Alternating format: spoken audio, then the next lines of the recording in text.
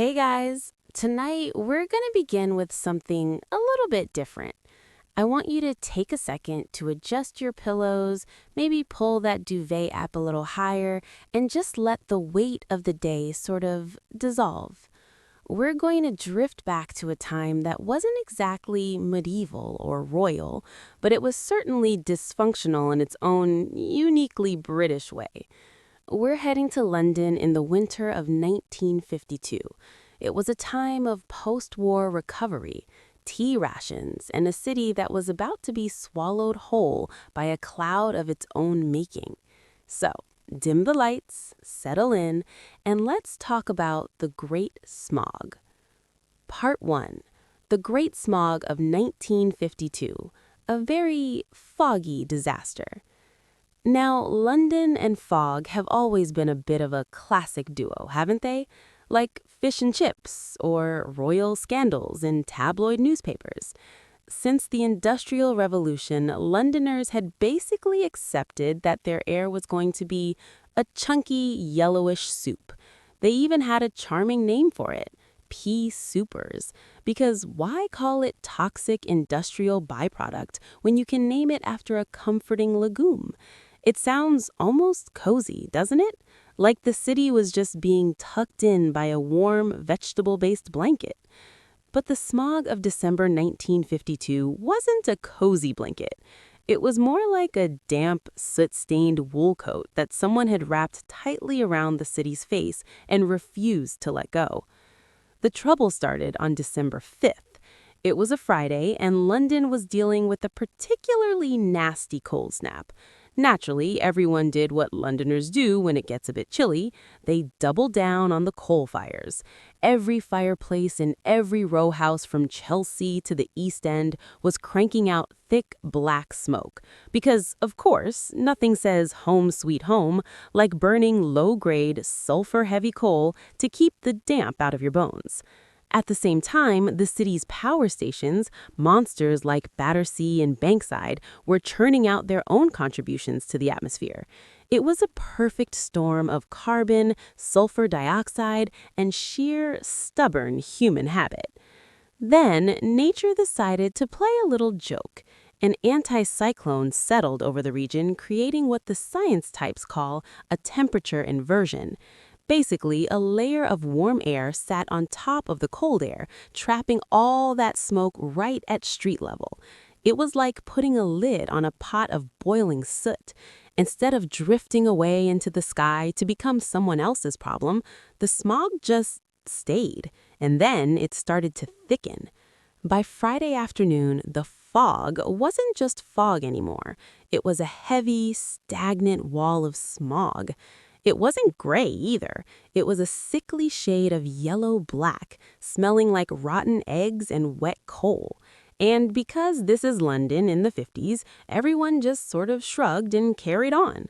"A bit thick out today, isn't it?" they probably said, while coughing up something that looked like driveway sealant.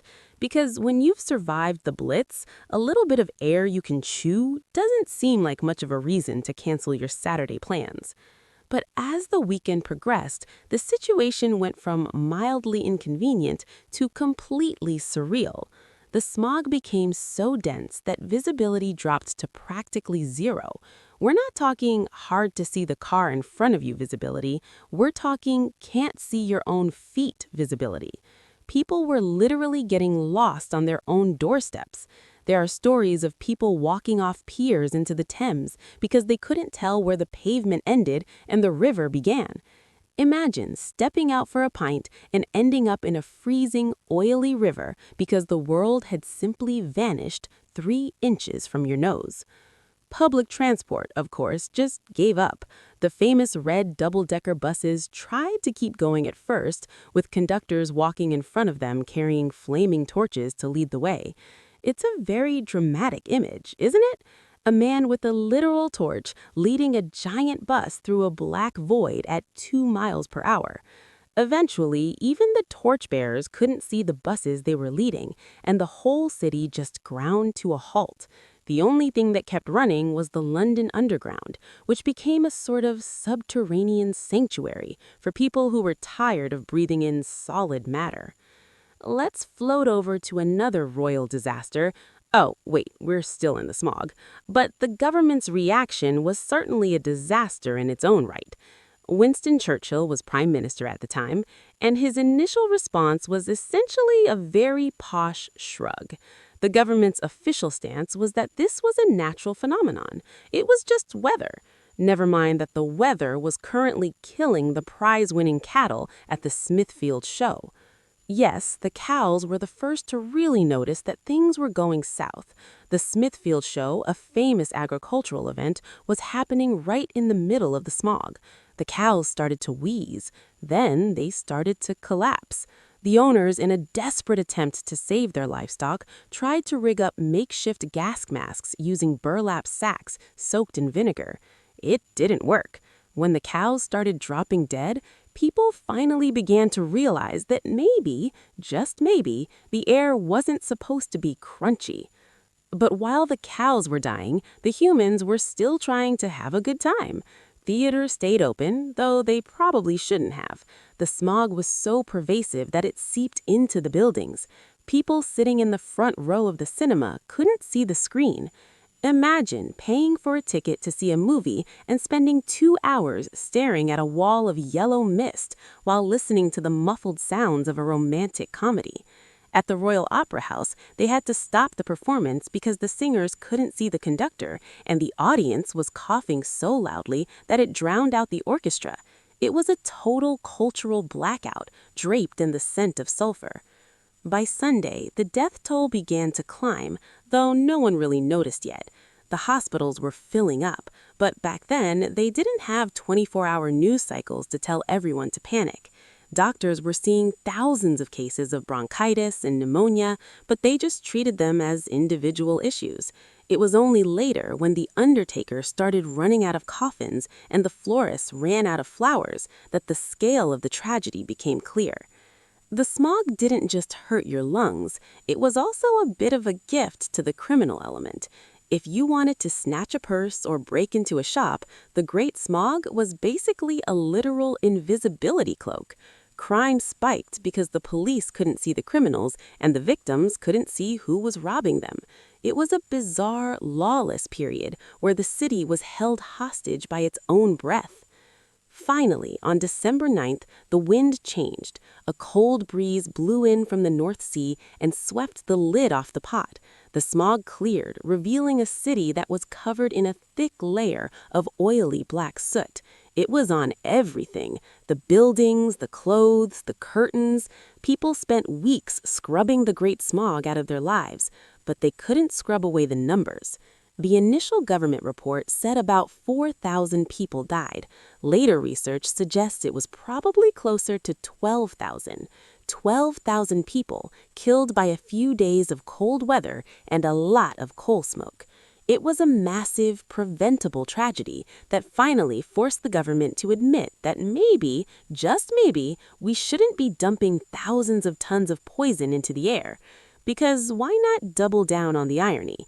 It took this level of catastrophe to lead to the Clean Air Act of 1956. It was the first time a government really stepped in to regulate how people heated their homes. It was the end of the pea supers and the beginning of a London where you could actually see your feet in December. It was a dark, suffocating lesson into what happens when human habit meets a stubborn atmosphere. Let's gently float away from the oily streets of London and head back into the world of royal dysfunctionalism, because if there's one thing as suffocating as smog, it's the weight of a crown. We're going to look at another monarch who found the pressure of their position to be a bit much. We're heading to the court of Queen Maria Eleona of Brandenburg, the wife of the great Swedish warrior king Gustavus Adolphus. Now, if you thought the Habsburgs were the peak of royal weirdness, Maria Eleona is here to give them a run for their money. She was a woman of intense passions, very little emotional regulation, and a preoccupation with death that makes a goth teenager look like a ray of sunshine. Maria Eleona was famously beautiful. She was called the most beautiful queen in Europe, but as we've learned, being the most something in a royal court usually just means you have more room for a spectacular meltdown. Her marriage to Gustavus Adolphus was a love match, which was rare enough, but her devotion to him was like a bit excessive. She didn't just love him, she was obsessed with him. When Gustavus went off to fight in the 30 Years' War, as warrior kings tend to do, Maria Eleona didn't just sit home and knit. She fell into deep, dark depressions. She hated Sweden. She thought it was cold, dark, and full of barbarians. She spent most of her time in darkened rooms surrounded by jesters and dwarfs, which was her idea of a good time, apparently. But the real trouble started when she had to produce an heir. She had several failed pregnancies, which only added to her mental instability. When she finally gave birth to a surviving child in 1626, it was a girl, the future Queen Christina. But here's the kicker. When Christina was born, she was covered in hair. Let's float over to Spain, back to the early 16th century. We're going to talk about Juana I of Castile, better known to history as Juana la Loca, or Joanna the Mad. Now, calling her mad is a bit of a historical simplification. In reality, she was likely a woman struggling with deep depression and an incredibly toxic family, but her life became a masterpiece of dark, gothic dysfunction. Juana was the daughter of the heavyweights, Isabella I of Castile and Ferdinand II of Aragon, the ones who funded Columbus and basically invented modern Spain. She was bright, she was educated, and she was, by all accounts, quite striking. But in 1496, she was married off to Philip the Handsome of Burgundy. And yes, the Handsome was his actual title. He was a Habsburg, though he hadn't yet developed the half-baked potato jaw that would later define his descendants. He was charming, he was athletic, and he was also a total disaster of a husband. Juana fell for him hard. It was an intense, obsessive, can't eat, can't sleep kind of love. Philip, on the other hand, treated the marriage like a casual hobby. He was constantly unfaithful, which drove Juana into fits of jealousy that the court found very embarrassing. Because why just have a quiet argument when you can scream at your husband's mistresses and try to cut their hair off in the middle of the palace? When Juana's mother, Isabella, died in 1504, Juana became the Queen of Castile. This made her the most powerful woman in Europe, but it also made her a target. Her father, Ferdinand, didn't want to give up power. Her husband, Philip, wanted to take that power for himself.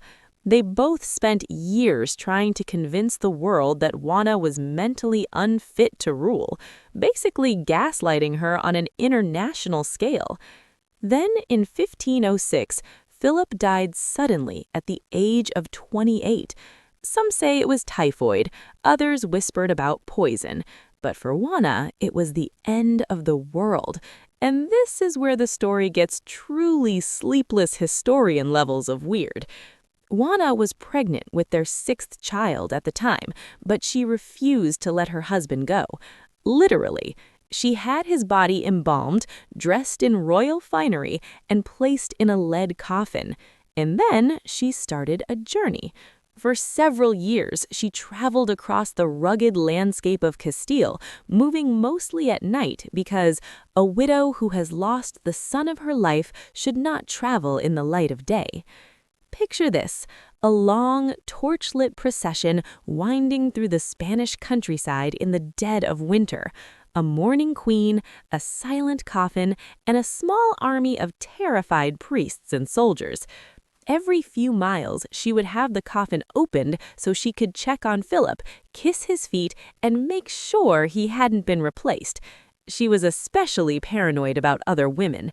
She once forbade the procession from staying at a nunnery because she was afraid the nuns would try to seduce her husband's corpse. Because, apparently, even death wasn't a good enough reason to stop being jealous. This went on for months. Her father, Ferdinand, eventually had enough. He caught up with her, declared her completely insane, and locked her away in a windowless room in the castle of Tordesillas. She would stay in that room for the next 46 years. She was the Queen of Spain, but she lived in filth, neglected by her father and later by her own son, the Holy Roman Emperor Charles V. They kept her hidden because as long as she was mad, they could rule in her name. It's a heartbreaking hollow end for a woman who just loved a handsome man far too much. She died in 1555, a ghost in her own kingdom, finally joining Philip in a tomb that didn't have to be opened every few miles. Let's float over to another royal disaster, this one a bit more decorative. We're heading to the 18th century, to the court of Russia, to look at Elizabeth Petrovna. Now, Elizabeth was the daughter of Peter the Great, and she inherited his energy, but instead of shipyards and surgery, she focused her obsession on fashion and parties. Elizabeth was famously vain. She reportedly owned 15,000 dresses and never wore the same one twice. Because why bother with a laundry day when you can just buy a new wardrobe every morning? She also had a rule that no one at court could look better than she did. If a lady-in-waiting wore a hairstyle or a dress that Elizabeth found too attractive, the empress would literally take a pair of scissors to the dress or the hair right there on the ballroom floor. It was Mean Girls with absolute monarchical power. But Elizabeth's most famous quirk was her metamorphosis balls. These were mandatory costume parties where the gender roles were completely reversed. The men had to wear enormous, heavy silk gowns with hoops and corsets, while the women dressed as soldiers or sailors in tight-fitting breeches. Now, most of the men hated it. Imagine a 6-foot-tall Russian general trying to navigate a crowded room in a velvet skirt while wearing high heels. They were constantly tripping over their hems and getting stuck in doorways. But Elizabeth loved it. She had very nice legs, and the men's breeches showed them off perfectly. So for years, the entire Russian aristocracy had to play this giant game of dress-up just because the empress wanted to show off her calves. It's a funny image, isn't it? A room full of grumpy, bearded men in lace ruffles, sipping vodka and trying not to fall over, while a bored empress watches them from a throne. It was a gilded, silly world, but like all Russian dynasties, there was a dark edge to it. Elizabeth was terrified of being overthrown, so she never slept in the same bed 2 nights in a row. She would wander her palace at night, followed by a small army of servants searching for a place where she felt safe enough to close her eyes. Let's float over to another royal disaster, this time involving a king who was a little bit too interested in the occult. We're going to look at Rudolph II, the Holy Roman Emperor who lived in Prague at the end of the 16th century. Rudolph was a Habsburg, but he was a scholar Habsburg. He wasn't interested in war or administration. He wanted to find the philosopher's stone. He turned Prague into the occult capital of the world. His court was a bizarre collection of astronomers like Tycho Brahe, who had a fake nose made of gold and silver because his real one was cut off in a duel, and Johannes Kepler, but also alchemists, magicians, and charlatans of every stripe. He had a cabinet of curiosities that was legendary. He had dragon bones, unicorn horns, and mermaids. He spent his days in the dark corners of Prague Castle, staring at strange paintings and trying to turn lead into gold. He became increasingly paranoid and reclusive, refusing to see ambassadors or sign important papers. While the rest of Europe was gearing up for the bloody 30 Years' War, Rudolph was busy trying to talk to angels through a crystal ball. He eventually lost his mind completely, believing that he was possessed or cursed. His own family had to secretly declare him unfit and hand power to his brother, Matthias. Rudolph died in 1612, surrounded by his clocks, his telescopes, and his magic rocks, a king who had completely opted out of reality. Because why not double down on the Habsburg weirdness? It seems to be a theme tonight. These monarchs, with their absolute power and their increasingly limited gene pools, seemed to exist in a world where the laws of common sense just didn't apply. Whether it was dragging a coffin through the night or forcing generals into ball gowns, their lives were a series of high-budget eccentricities that left the rest of the world scratching their heads. Take another deep breath. Let your mind become as still as a frozen pond in the middle of a Russian winter. We've seen the monarchs who couldn't let go of the past, and those who tried to turn the world into a giant costume party. But now, let's drift toward the smaller figures, the children who were born into these golden cages, where the nursery was often more of a political laboratory. Part 3. The fragile successors and the weight of the miniature crown. In the world of the medieval and Renaissance elite, being a child was a bit like being a prototype for a very expensive machine. You were delicate, you were prone to breaking, and everyone was incredibly nervous about your performance.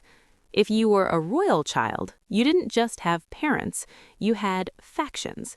You didn't just have a bedtime, you had a protocol. And if you happened to be born a little bit sickly, well, that was seen less as a medical concern and more as a personal failure of your bloodline. Let's float over to England, to the court of Henry VIII. We all know Henry was a man of many moods and even more wives, but his obsession with a male heir created one of the most high-pressure childhoods in history for his son, Edward VI. Edward was the precious jewel of the Tudor dynasty. Because his father had upended the entire religious and political structure of England just to get him, Edward was treated like he was made of fine porcelain. His rooms were scrubbed daily with high-proof spirits. Every person who entered his presence had to be vetted for miasma or illness. He was kept in a state of near total isolation, surrounded by tutors who filled his head with theology and Greek while he was still losing his baby teeth. He was a brilliant child, yes, but he was also a lonely one. Imagine being 7 years old and having to discuss the finer points of Protestant doctrine with a room full of bearded bishops, knowing that if you sneezed, the entire country would go into a collective panic. And then there were the whipping boys. Because a king's person was considered sacred, Edward couldn't be physically punished, so a young boy from a noble family was appointed to live with him. Whenever Edward messed up his lessons or threw a royal tantrum, the whipping boy would be beaten in front of him. It was a bizarre psychological form of discipline, meant to make the prince feel so guilty that he would behave. It's the kind of thing that either makes you a very compassionate ruler or a complete sociopath. In Edward's case, it mostly just made him very, very serious. He died at 15, a boy who had mastered 4 languages but had likely never played a game of tag. Let's float over to another royal nursery, this one in France, belonging to the young Louis XIII, the boy we briefly touched on earlier. While his end was tragic, his beginning was a masterclass in spoiled royal weirdness. Before the revolution turned his life into a gothic horror story, Louis Charles lived in a world where he had his own personal miniature garden at Versailles, complete with a tiny set of silver gardening tools. He had a dog named Mouflet and was nicknamed the Love of the Nation. But the contrast is what gets you. One day he's playing with silver shovels in the sunshine, and the next he's being taught by Revolutionary Guards to curse his own mother. It's a jarring, flat reminder of how quickly the world of a royal child could collapse. The higher the throne, the further the fall into the damp straw of a prison cell. But why not double down on the weirdness of royal education? Let's look at the Sun King Louis XIV when he was just a boy. Because he became king at the age of 4, his childhood wasn't really a childhood at all. It was a long-running play where he was the lead actor. His mother, Anne of Austria, and the powerful Cardinal Mazarin raised him to believe that he was literally a gift from God. As a result, little Louis was encouraged to be as regal as possible at all times. He was once given a miniature carriage pulled by real sheep to ride around the gardens, but it wasn't all sheep and carriages. During a civil war called the Fronde, a mob of angry Parisians actually broke into the palace. They didn't want to kill the boy king, they just wanted to make sure he was actually there and not being smuggled away. His mother made the 10-year-old Louis pretend to be fast asleep in his bed while a line of thousands of ragged, smelling citizens filed past him, staring at his sleeping face. He lay there for hours, perfectly still, listening to the breathing and the whispers of the people who would one day be his subjects. It's no wonder he grew up to be a man who needed everyone to watch him wake up every morning. He'd been trained for it in the most terrifying way possible. Let's float over to the court of Spain again, to look at the tragic figure of Don Carlos, the son of Philip II. If there were ever a poster child for genetic wrongness, it was Carlos. His parents were first cousins, and his grandparents were, well, also very closely related. The Habsburg jaw was the least of his problems. Carlos was, to put it mildly, a difficult child. He was physically deformed, with one leg shorter than the other and a hunched back, but his personality was even more volatile.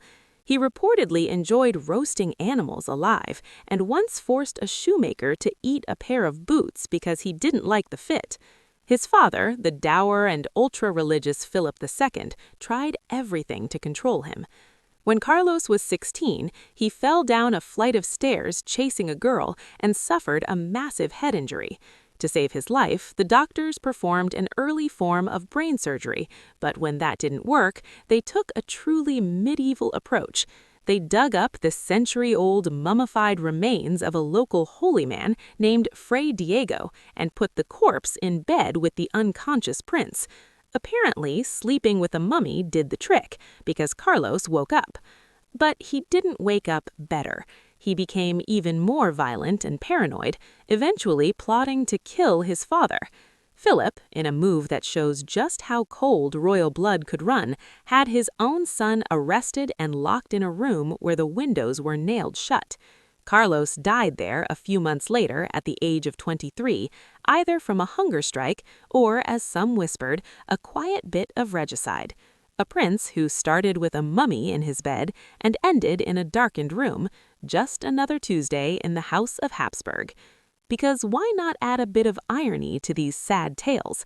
These families were so obsessed with preserving the blood that they ended up creating heirs who were literally unable to function. They spent millions on silk swaddling cloths and silver cradles, only to have their dynasties crumble because the child inside the cradle was a genetic cul-de-sac. In the modern world, we tend to think of childhood as a time of play and protected growth. But for a royal child in the Middle Ages or the Renaissance, childhood was essentially a high-stakes internship for a job that might kill you. From the moment a royal baby was born, they weren't just a person, they were a diplomatic asset. They were a walking treaty, a living insurance policy, and a biological vessel for a family name that was usually far more important than their actual well-being. Let's float over to Spain again, because the Spanish court really did turn the misery of royal childhood into a fine art. Think of the famous painting Las Meninas by Velázquez.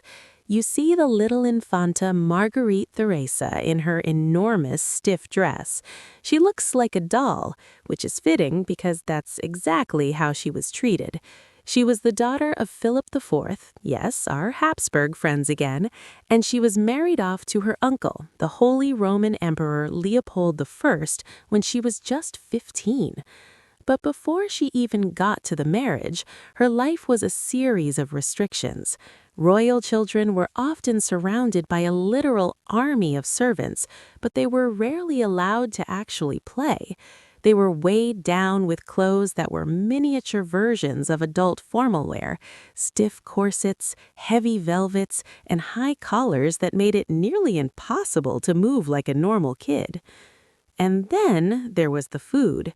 In an effort to keep these precious heirs alive, royal doctors often came up with the most counterproductive diets imaginable. They were fed strengthening broths that were mostly grease, or forbidden from eating fresh fruit because it was thought to cause fevers. If a royal child fell ill, the solution was almost always to bleed them. Imagine being a 5-year-old with a cold, and the most prestigious doctors in the country show up with leeches and lancets. It's a miracle any of them made it to puberty. Let's look at a particularly tragic example, the Dauphin Louis Charles, the son of Louis XVI and Marie Antoinette. When the French Revolution broke out, this poor child was thrust into a nightmare that no amount of royal protocol could have prepared him for. After his father was guillotined, the revolutionaries decided that the best way to handle an 8-year-old king in exile was to break him. They took him away from his mother and put him in the care of a cobbler named Antoine Simon. The goal was to re-educate him, to turn the King of France into a good little citizen. But the reality was much darker. He was kept in a dark, filthy room in the temple prison. He was neglected, underfed, and reportedly encouraged to drink heavily and sing revolutionary songs. He died at the age of 10, likely from tuberculosis exacerbated by extreme neglect.